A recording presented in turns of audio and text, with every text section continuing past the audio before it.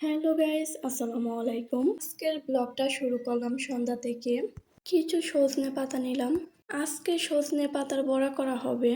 কিছু সজনে পাতা নিয়ে আসলাম। ডাল থেকে পাতাগুলো ছাড়িয়ে নিচ্ছে। সবগুলো পাতা একসাথে করে কুচি কুচি করে নিচ্ছে। একটি বুলে সজনে পাতাগুলো ঢেলে নিচ্ছে। পরিমাণ মতো কিছু চালের গুঁড়ো, বেসনের গুঁড়ো অ্যাড করে নিল। হলুদের গুঁড়ো,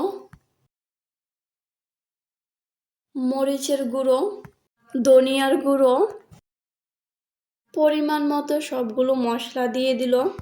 জিরে বাটা, আদা রসুন বাটা অ্যাড করে নিল।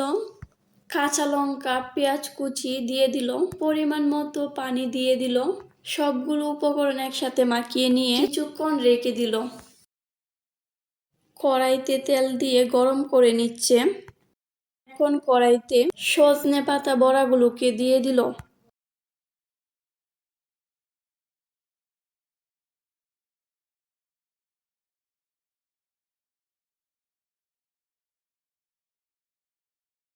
এখন বড়াগুলোকে নেড়ে ছেড়ে ভেজে নিব।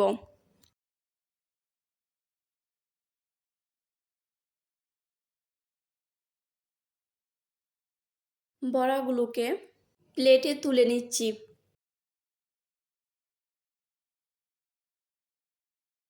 এখন বড়াগুলো পরিবেশন করলাম।